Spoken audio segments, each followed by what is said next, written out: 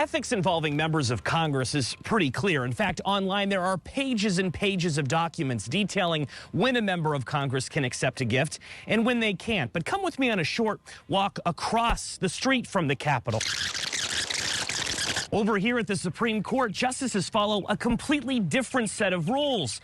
Rules that some say need to change. One reason for the push for change is because of how influential Supreme Court justices are. From rulings on abortion last year to anticipated rulings on voting rights and race this year, their impact is as great as ever. Ethics rules for judges just are different. And that is where Charles Jay, a law professor at Indiana University, helps us understand what is going on at the High Court.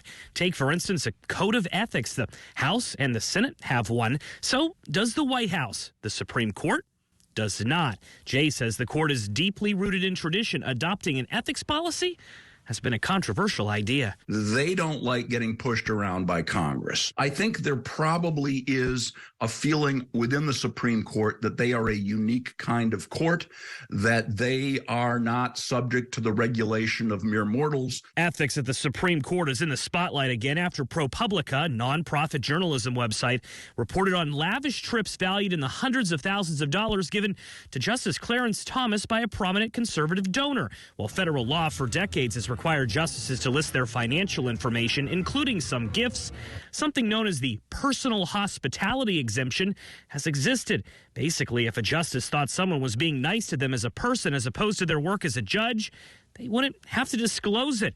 Even something like a private jet ride could be kept private. That exemption, though, went away last month. Justice Thomas, in a statement, says his past trips didn't previously need to be disclosed, but going forward, he'll reveal them. Ethics at the Supreme Court has attracted the attention of Congress, with lawmakers in recent days calling for stricter rules in committee hearings. One idea is to withhold funding to the court until ethics policies are implemented. Democratic Congressman Hank Johnson. This is really a new low for the court. One change some lawmakers would like to see: right now, if you want to file or investigate an ethics complaint against a justice, no official procedure exists.